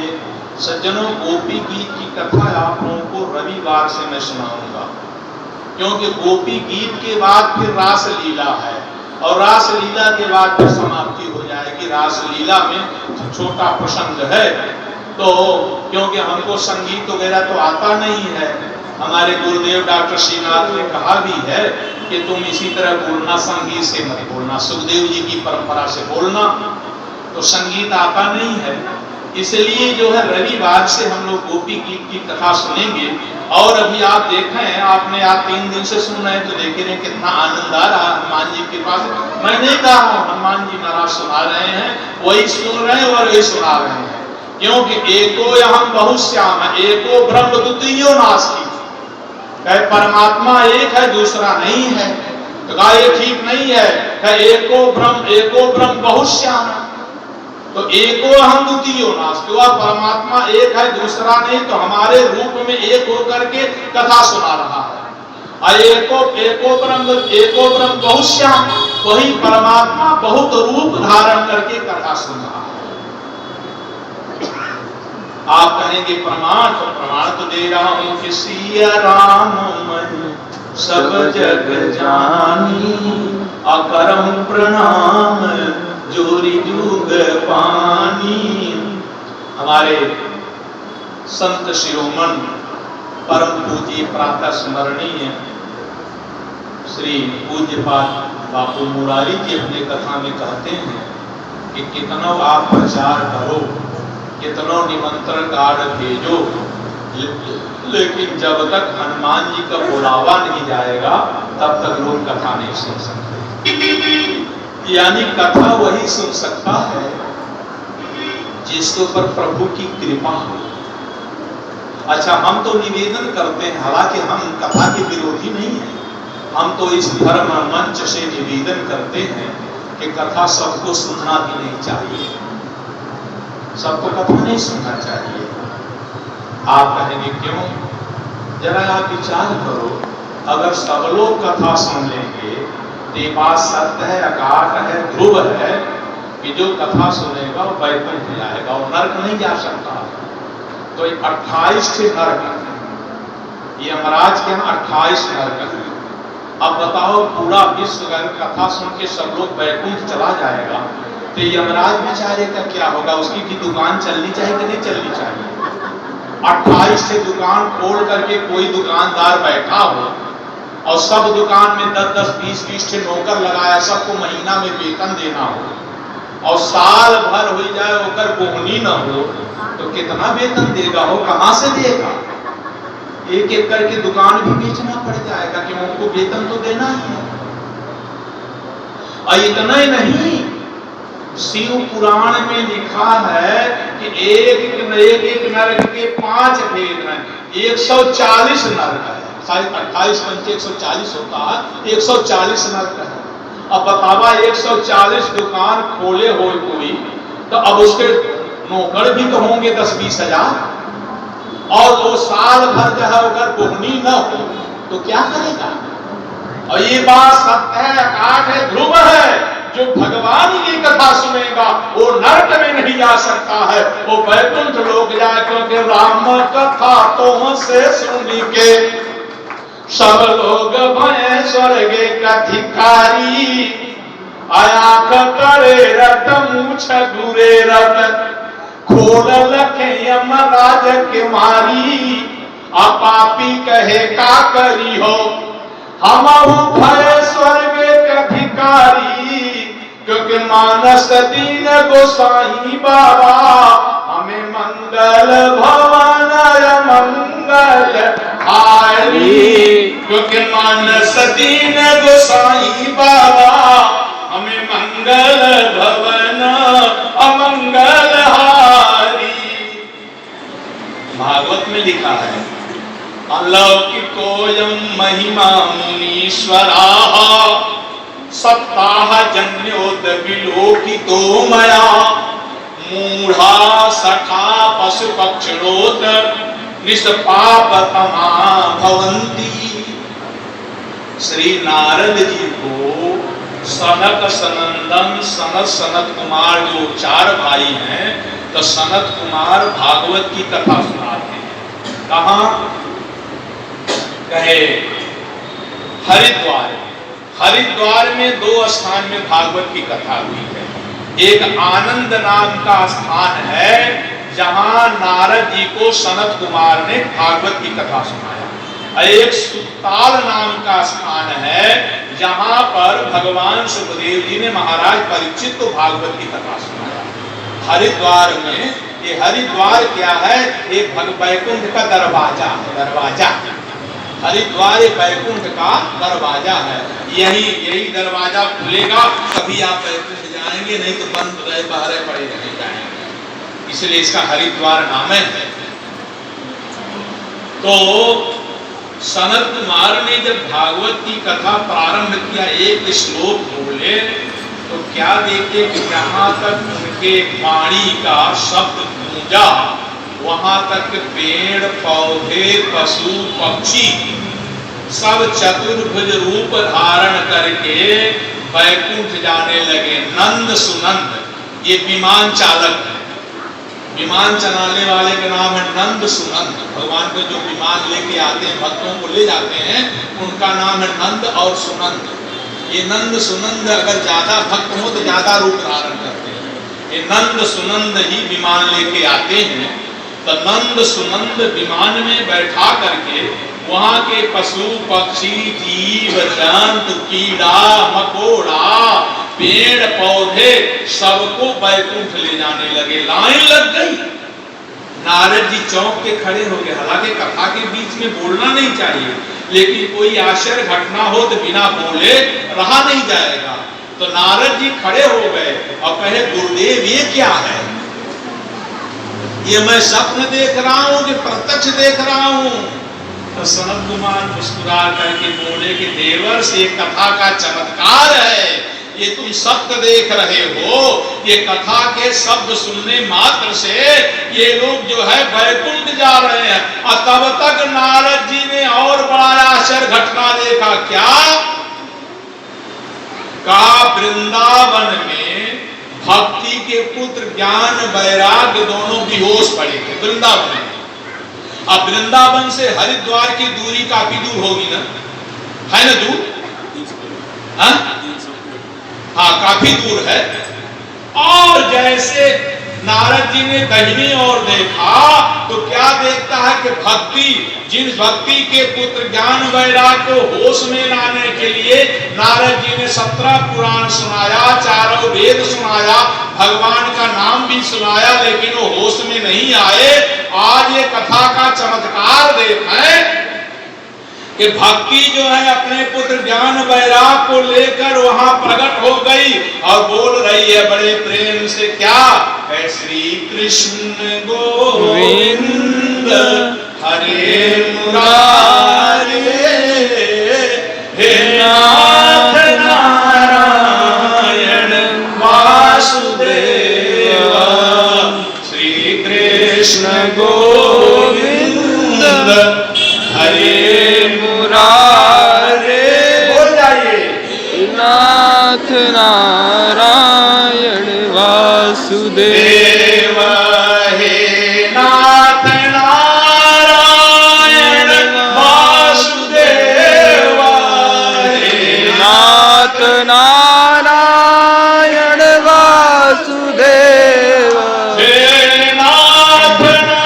नारायण वासुदेव, हे नाथ नारायण वासुदेव, श्री कृष्ण गोविंद हरे मुरारे, हे नाथ नारायण वासुदेव, श्री कृष्ण गोविंद हरे मुरारे, हे नाथ नारायण वासुदेव।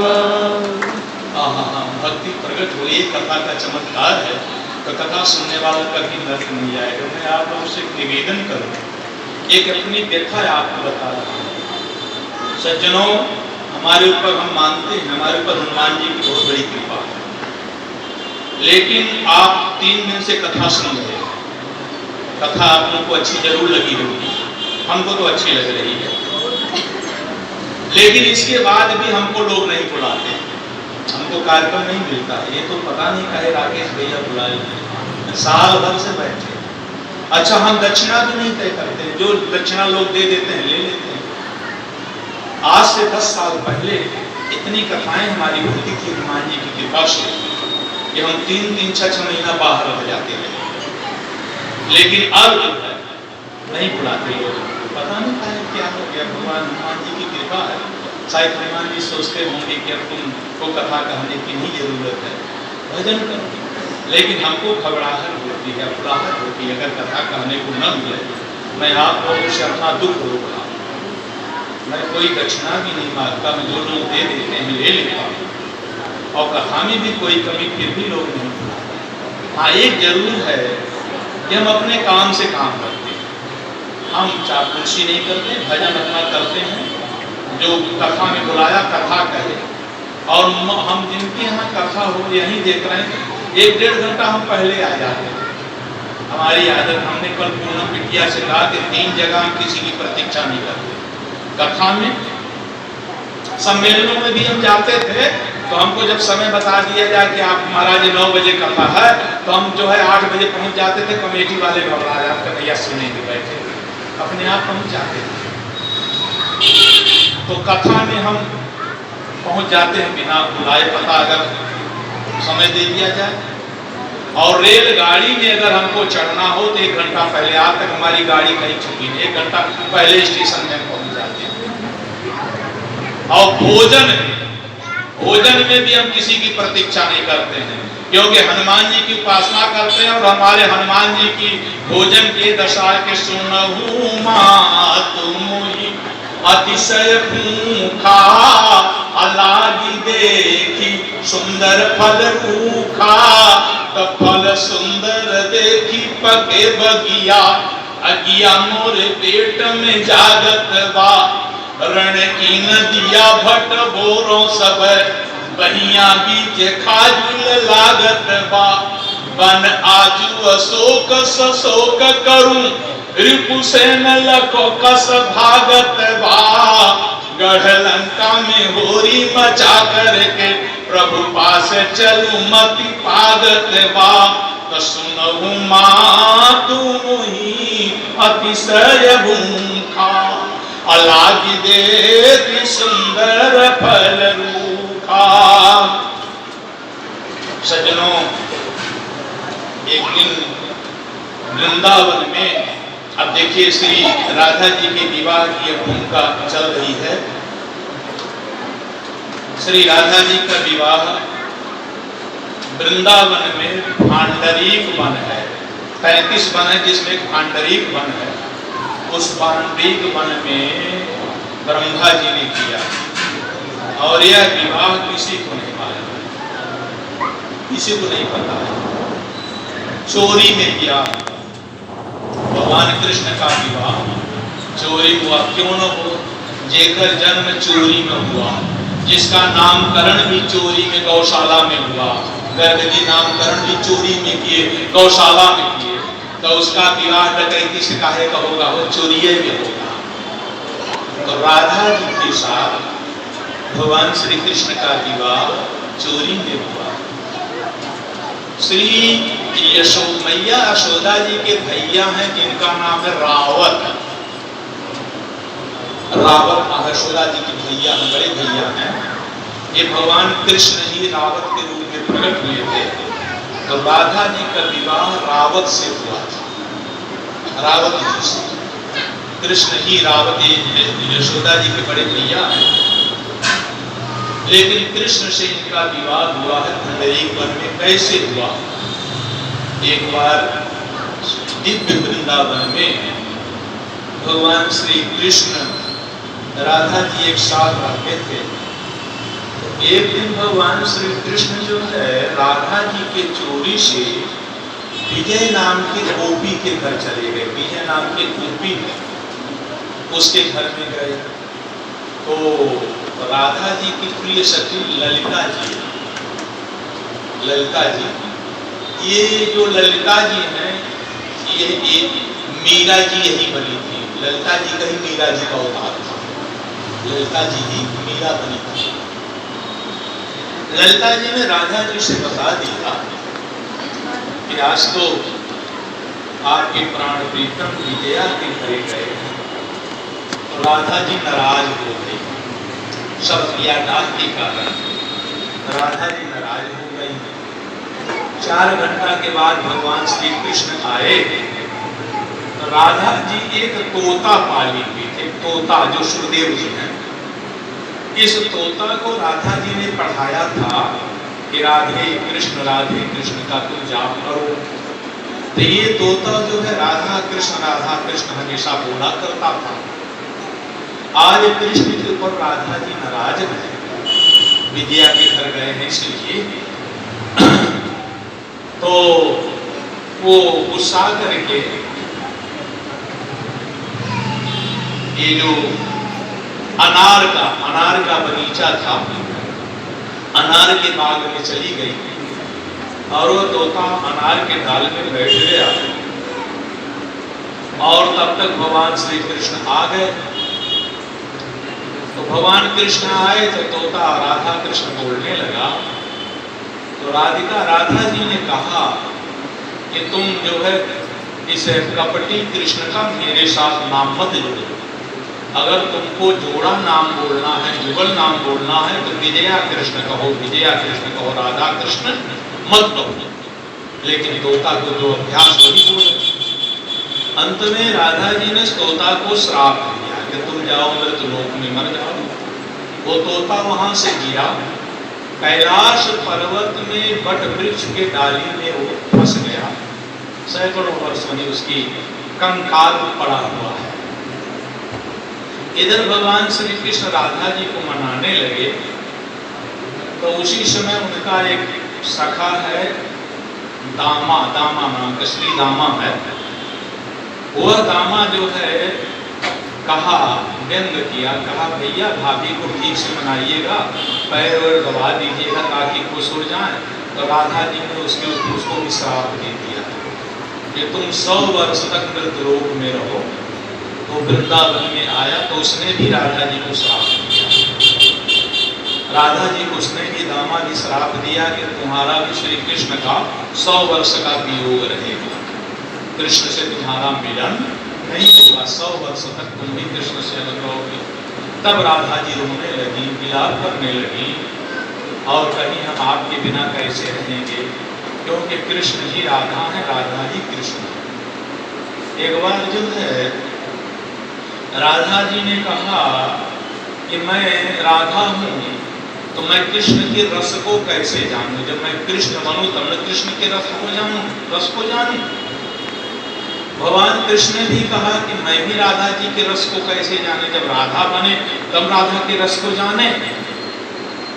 तब भगवान श्री कृष्ण ने कहा कि कलयुग में हम दोनों एक रूप में बन करके रस जानेंगे। कैसे? तो चैतन्य महाप्रभु जो है कलयुग में जिनका अवतार हुआ है बंगाल में, जो हरे राम हरे कृष्ण का प्रचार कर किए हैं, ये राधा कृष्ण का ही अवतार है। राधा कृष्ण ही एक बन करके प्रकट हुए। जैसे अर्धनारीश्वर शंकर जी नहीं है, आधे शरीर में पार्वती के आधे शरीर में शंकर जी। तो भगवान नारायण ने विचार किया कि जब शंकर जी में हमें कोई अंतर नहीं है, तो शंकर जी जब अर्धनारीश्वर हैं तो कृष्ण भी अर्धनारीश्वर बन जाए। इसलिए जो है चैतन्य महाप्रभु जो है राधा कृष्ण के ही अवतार है, ऐसा पुराणों में वर्णन है। तो राधा जी कहीं हमारा आपका वियोग हो जाएगा, हम आपके बिना रह नहीं सकती हैं, तो कैसे रहें, क्या करें? तो भगवान ने कहा कि हम बीच बीच में आपसे मिलते रहेंगे और आपको दर्शन देते रहे। अब तो ये श्राप हो गया, मुनि को कोई टाल नहीं सकता है, क्योंकि तुलसी जैसी भवतव्यता वैसी मिले सहाय, आपने आवे ताहि बैताहि कहाँ ले जाए। इसलिए अब तो चलो मृतलोक में चलते हैं, तो कैसे चलें? तो राधा जी ने कहा कि हम वृंदावन के बिना रह नहीं सकती हैं, हम वृंदावन के बिना नहीं रह सकती हैं। पहले मृतलोक में वृंदावन था नहीं। तो कहे अच्छा, तो राधा जी के भी कृष्ण के वियोग का दुख हुआ, उनकी आंख में आंसू आया, और भगवान श्री कृष्ण को भी राधा के वियोग का अनुभव करके आंखों में आंसू आया।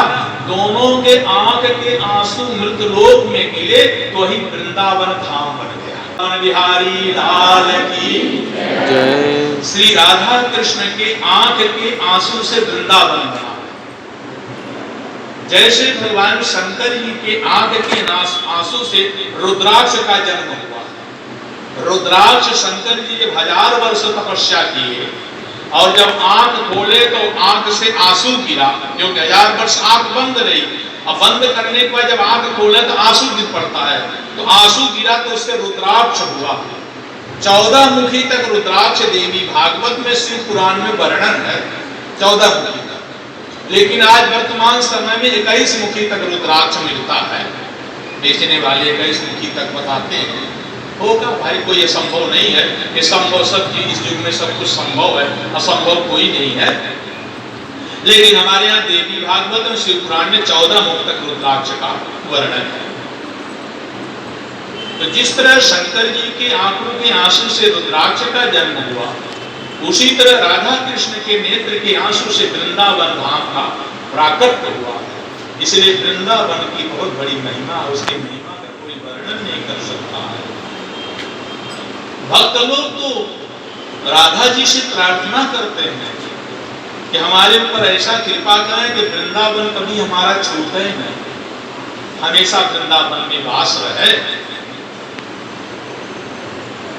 तो राधा कृष्ण ब्रह्मांड के यहाँ राधा जी का प्रादुर्भाव हुआ। वसुदेव देवकी के यहाँ कृष्ण प्रकट होकर के और मथुरा से भगवान श्री कृष्ण आए गोकुल में।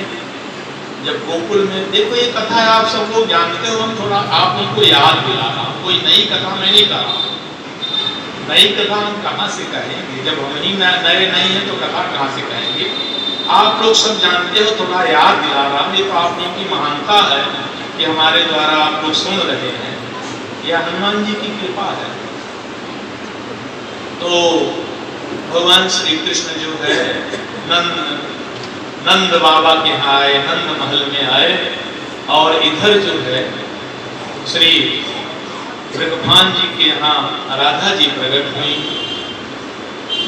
समय आया, भगवान श्री कृष्ण जो है एक दिन श्री यशोदा जी से कहती है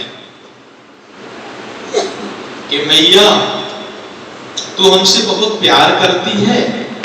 यशोदा जी ने कहा हाँ लाला, ये क्या पूछने की, ये क्या बात पूछने की क्या बात है? हाँ, हम तुमसे बहुत प्रेम करते हैं। सारा काम छोड़ करके हम तुम्हारे पीछे लगी रहती हूँ, कभी हम तुमको अपने आप से अलग नहीं करना चाहती हूँ। क्या झांकी है श्री बालकृष्ण की झांकी का हम लोग दर्शन करेंगे। सभी लोग एक भजन दोहराएंगे बाल झांकी का। रुन झुन झनन झनन झन बाजत है पैजनिया। रुन झुन झनन झनन झन बाजत है पैजनिया। मातु यशोदा चलन सिखावे, मातु यशोदा चलन सिखावे। उंगली पकड़ी दो कनिया, उंगली पकड़ी दो कनिया। रुन झुन झनन झनन झन बाजत है पैजनिया। रुन झुन झनन झनन झन बाजत है पैजनिया। क्या शोभा है, प्राण प्रीतम की शोभा देखें, गोपाल की कांध की कन्हैया की शोभा देखें। पीत झंगुलिया तन पर सोहे, पीत झंगुलिया तन पर सोहे। अरे सिर टोपी लटकनिया, सिर टोपी लटकनिया। रुन झुन झनन झनन झन बाजत है पैजनिया। रुन झुन झनन झनन झन बाजत है पैजनिया। ये कौन है? ये है कौन जो यशोदा जी के अंगुली पकड़ के चल रहे हैं? कौन? कहे तीनों लोग जाके उधर विराजे। ये वही है, तीनों लोग जाके उधर विराजे। ब्रह्मांड निकाया निर्मित माया, रोम रोम प्रतिवेद कहे। ब्रह्मांड निकाया बोल जाइए, निर्मित माया रोम रोम प्रतिवेद कहे। तीनों लोग जाके उधर विराजे। बोलिए, तीनों लोग जाके उधर विराजे। अरे ताको नचावे ग्वालिनिया, हाँ ताको नचावे ग्वालिनिया। रुन झुन झनन झनन झन बाजत है पैजनिया। रुन झुन झनन झनन झन बाजत है पैजनिया। और थोड़ा आनंद लीजिए। आप ये सोचिए कि हम यशोदा हैं और हमारे घर में आज जो है प्राण प्रीतम कन्हैया जो है बाल लीला कर रहे हैं। आप अपने को यशोदानंद समझिए तो और आनंद आएगा, क्योंकि प्रेम अपने से होता है, पराये से नहीं होता। किसी बाहरी व्यक्ति को एक्सीडेंट लग गया, चोट लग गया, तो आप मानवता की दृष्टि से ये आभार जरूर प्रकट करेंगे, कहेंगे वो चोट लग गया, लेकिन उसके पीछे 2-4 लाख रुपए नहीं खर्च करेंगे, दवाई नहीं कराएंगे, अरे 150,000 2,000 दे दें। लेकिन अपने किसी व्यक्ति को अगर थोड़ा भी बुखार आ जाए तो आप आकाश पृथ्वी एक कर देंगे, क्योंकि अपना है। इसलिए सोचिए ये परमात्मा हमारे है, किसी दूसरे के नहीं है, तो थोड़ा और आनंद आएगा। रुन झुन झनन झनन झन बाजत है पैजनिया। रुन झुन झनन झनन झन बाजत है पैजनिया। सूरदास प्रभु तन को निहारे सकल विश्व को धनिया, सूरदास प्रभु तन को निहारे सकल विश्व को। तीनों लोक की माताएं, देवताओं की देवांगनाएं, यक्ष गंधर्व किन्नर, ये सब जो है आकाश में विमान में बैठ करके प्रभु का दर्शन कर रहे हैं। हम लोग भी दर्शन करें, अपने नेत्र को धन बनाए। सूरदास प्रभु तन को निहारे, सूरदास प्रभु तन को निहारे, अरे सकल विश्व की धनिया, सकल विश्व की धनिया। रुन झुन झनन झनन झन बाजत है पैजनिया। रुन झुन झनन झनन झन बाजत है पैजनिया। अब हमारे कन्हैया जो है 5 साल के हो गए। जब 5 साल के कन्हैया हो गए ना, तो एक दिन जो है माता यशोदा जी का पैर दबाने लगे अपने कोमल कोमल हाथ से। यह प्राण प्रीतम, सारे संसार का प्राण, सारे संसार के नाथों के भी नाथ, आज यशोदा जी के पैर को दबा रहे हैं। यशोदा के क्या बात है लल्ला, आज तो बड़ी सेवा कर रहे हो, बार बार पैर छू रहे हो, पैर दबा रहे हो, 5 साल के हैं, क्या कर रहे हो? तो अपने तोतली भाषा में बोलते हैं, क्योंकि छोटे बच्चों की जो तोतली भाषा है वो बहुत प्रिय लगती है। नन्ना मुन्ना 2, 3, 4 साल का लड़का अगर अपने माँ से, माँ आजकल तो मम्मी कहते हैं ज्यादा लोग, मम्मी से अगर कह दे, पानी को नानी कह के मांगता है। किसी अमर कोश में ये शब्द नहीं मिलेगा कि नानी का मतलब पानी होता है, लेकिन माँ के हृदय में इसका अर्थ है कि मेरा लल्ला जो नानी नानी कह रहा वो पानी मांग रहा है। तो दली भाषा में बाबा तुलसीदास जी महाराज ने रामायण की उपमा तोतली भाषा में दिया, इसीलिए विश्व प्रिय है रामायण।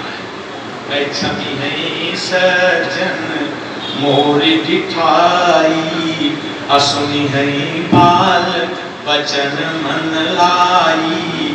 अजो बालक कह तो तरी बाता, सुनहि मुदित मन पितर माता। जो बालक कह तो तरी बाता, तो सुनहि मुदित मन पितर माता। छवि सज्जन मोर ठिठाई, असुनी है बाल वचन मन लाई। आप तोतरी भाषा में भगवान श्री कृष्ण कह रहे हैं क्या? अरे सुन मेरी मैया मैं पढ़ूं तेरे पैया, बोलिए। सुन मेरी मैया मैं पढ़ूं तेरे पैया, मेरे छोटो सो काम करा दे, मेरे छोटो सो काम करा दे। राधा गोरी से मेरो ब्याह रचाई दे, राधा गोरी से मेरो ब्याह रचाई दे। भैया छोटा सा काम है, आज तक तेरा कान्हा तुझसे कुछ नहीं था, कुछ नहीं कहा है। अरे सुन मेरी मैया मैं पढ़ूं तेरे पैया, सुन मेरी मैया मैं पढ़ूं तेरे पैया। मेरे छोटो सो काम करा दे, मेरे छोटो सो काम करा दे। राधा गोरी से मेरो ब्याह रचाई दे, राधा गोरी से मेरो ब्याह रचाई दे। राधा सी गोरी मेरे मन में बसी है, राधा सी गोरी मेरे मन में बसी है। ग्वाल उड़ावे नहीं मेरी हंसी है, ग्वाल उड़ावे नहीं मेरी हंसी है। अगर ब्याह करा दोगे ना तो ग्वाल लोग हंसेंगे नहीं, और नहीं ब्याह नहीं होगा तो हम राधा के पीछे दौड़ेंगे तो सब लोग हमारा मजाक उड़ाएंगे, हंसी उड़ाएंगे। ग्वाल उड़ावे नहीं मेरी हंसी है, ग्वाल उड़ावे मेरी हंसी है।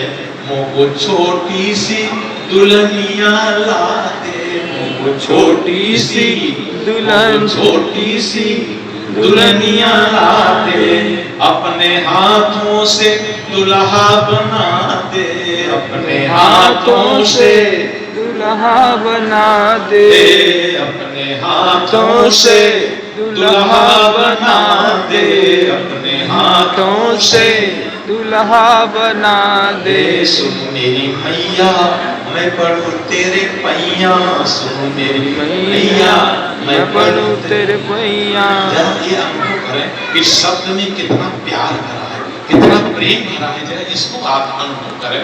हृदय ग्राही ये शब्द है, ये डायरेक्ट हृदय में जाकर के प्रवेश करता है।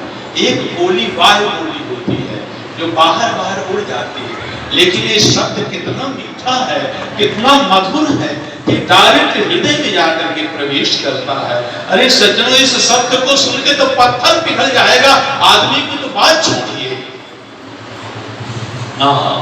सुन मेरी मैया मैं पढ़ूं तेरे पैया, सुन मेरी मैया मैं पढ़ूं तेरे पैया, मेरो छोटो सो काम करा दे, मेरो छोटो सो करा दे, राधा गोरी से मोरो ब्याह रचा दे, राधा गोरी सो मेरो ब्याह रचा दे। एक तरफ से खीर आ रही है, आ गई। छोटी बहू ने कहा बाबू ये पकौड़ी। महाराज परीक्षित से कहा कि राजन, कर्म जो है कभी पीछा नहीं छोड़ता है। आप कहीं पर भी जाएंगे आपके साथ में कर्म लगा रहेगा, कर्म नहीं छोड़ेगा, कभी पीछा नहीं छोड़ेगा कर्म। कहां कहीं भी जाइए, यही बनारस की घटना है। बनारस में यहाँ के जो है, हम नाम नहीं